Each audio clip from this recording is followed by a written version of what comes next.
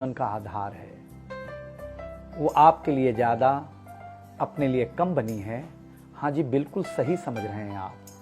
वो हमारे आपकी पत्नी है। वो हमारी आपकी पत्नी है। कभी आपने सोचा कि वो आप एक के साथ रिश्ता जोड़ा था, लेकिन एक के साथ रिश्ता जोड़ने के लिए उसने घर, गली, आंगन, मोहल्ला, सखी, सहेली, माँ बाप, न जाने कितनों रिश्तों से अपना मुंह मोड़ा था।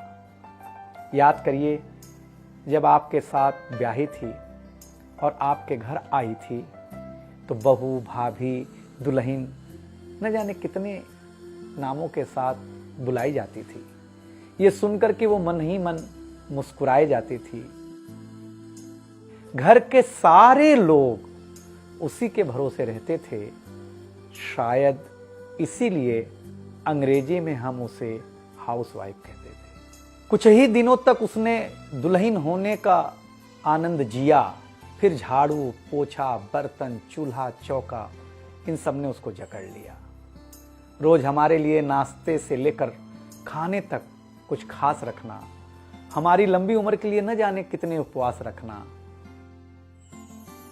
कुछ महीनों बाद किलकारी गूंजी तो सारे ख्वाब सजे। वो मां बनी तो हम भी बाप बने। जैसे जैसे वो उम्र की सीढ़ियां चढ़ती गई, जैसे जैसे वो उम्र की सीढ़ियां चढ़ती गई, जवाबदारियां कुछ न कुछ रोज बढ़ती गईं। एक तरफ बच्चे पे नजर, दूसरी ओर मैं ऑफिस के लिए लेट न हो जाऊं इस बात का डर। सब कुछ बराबर हो, कुछ रह न जाए, और इस बात पर भी ध्यान कि गैस पर रखा हुआ दूध कहीं बह न जाए।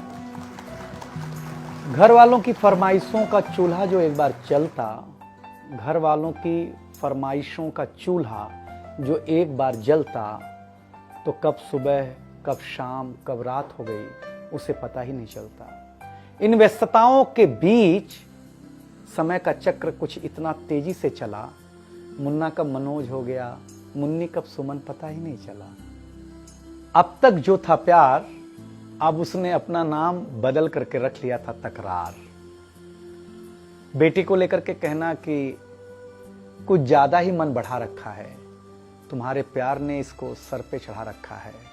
अब तो वो मुझे भी देने लगी थी ताना, अब तो वो मुझे भी देने लगी थी ताना, ऑफिस में ही रहा करो ना, 2-4 घंटे के लिए घर के आना।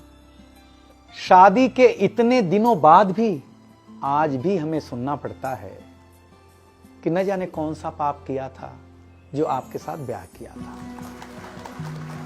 और ये तो रोज की थी कहानी। इतना जोर से कहना कि घर के सारे सदस्य सुन लें कि एक दिन बीमार होती हूं ना, तो एक दिन बीमार होने पर किसी को कोई देता नहीं है 1 गिलास पानी, लेकिन जैसे ही उसे आपके तबीयत खराब होने का होता आभास, आकर के बैठ जाती थी आपके पास। याद तो होगा ना, वो मीठी बातों के साथ माथे पर विक्स लगाना और साथ में कान में यह भी कहना कि कल सुबह अगर अच्छा ना लगे तो फिर ऑफिस मत जाना। लेकिन एक दिन समय ऐसे मोड़ पर ले आता है जहां बदल जाता है जिंदगी का ताना बाना। थाली में रोटी रखते हुए उसका ये कहना कि बेटी जवान हो गई है, क्या अब लड़का भी मुझे ही ढूंढने होगा जाना। शादी तय हो जाने के बाद 1-1 रुपया जोड़ना, पैसे कम पड़ने पर खुद का कंगन तोड़ना, सब कुछ हो जाएगा मुझे ढाढ़स बढ़ाना, सब कुछ हो जाएगा मुझे ढाढ़स बढ़ाना। विवाह का गीत खुद रोते हुए गाना। याद तो होगा ना आप लोगों को ये गुजरा हुआ जमाना। कुछ समय बाद जब हम जवाबदारियों से मुक्त हो जाते हैं तो कुछ ज्यादा ही धर्मयुक्त हो जाते हैं। उम्र के अंतिम पड़ाव पर हम बीमारियों के बीच जीने लगे हैं, बिना शक्कर की चाय पीने लगे हैं। लेकिन सच ये है कि जब तक हमारी आपकी पत्नी साथ है, चाय मीठी हो न हो, लेकिन जिंदगी में पूरी मिठास है।